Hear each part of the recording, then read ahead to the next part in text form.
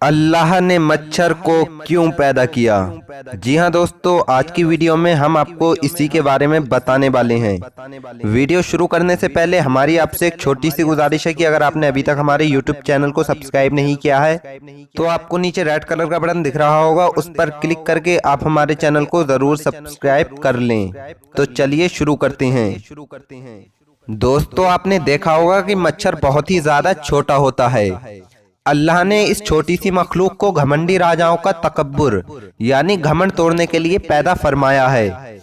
जैसा कि नमरूद ने हजरत इब्राहीम अलैहिस्सलाम से जंग करने के लिए कहा और कहा कि अगर तुम्हारे खुदा के पास कोई फौज है तो वो उस फौज को मेरे मुकाबले पर भेजें। चुनाचे जंग के दिन नमरूद अपनी फौज लेकर मैदान में आ गया।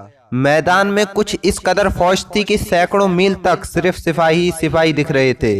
इसके बाद हजरत इब्राहीम अलैहिस्सलाम को बुलवाया गया और नमरूद ने आपसे कहा कि ए इब्राहीम, मेरी ताकत के आगे अब भी हार मान लो और मेरी खुदाई के कायल हो जाओ, और अगर तुम अपने खुदा पर यकीन रखते हो तो उससे कहो कि वो मेरे मुकाबले अपनी कोई फौज भेजे। बस ये सुनकर हजरत इब्राहीम अलैहिस्सलाम ने अपने दोनों हाथ आसमान की तरफ उठाए और कुछ इस लहजे में दुआ की, ऐ मेरे माबूद, ऐ रब्बे करीम, भेज दे इसके लिए कोई गमीन।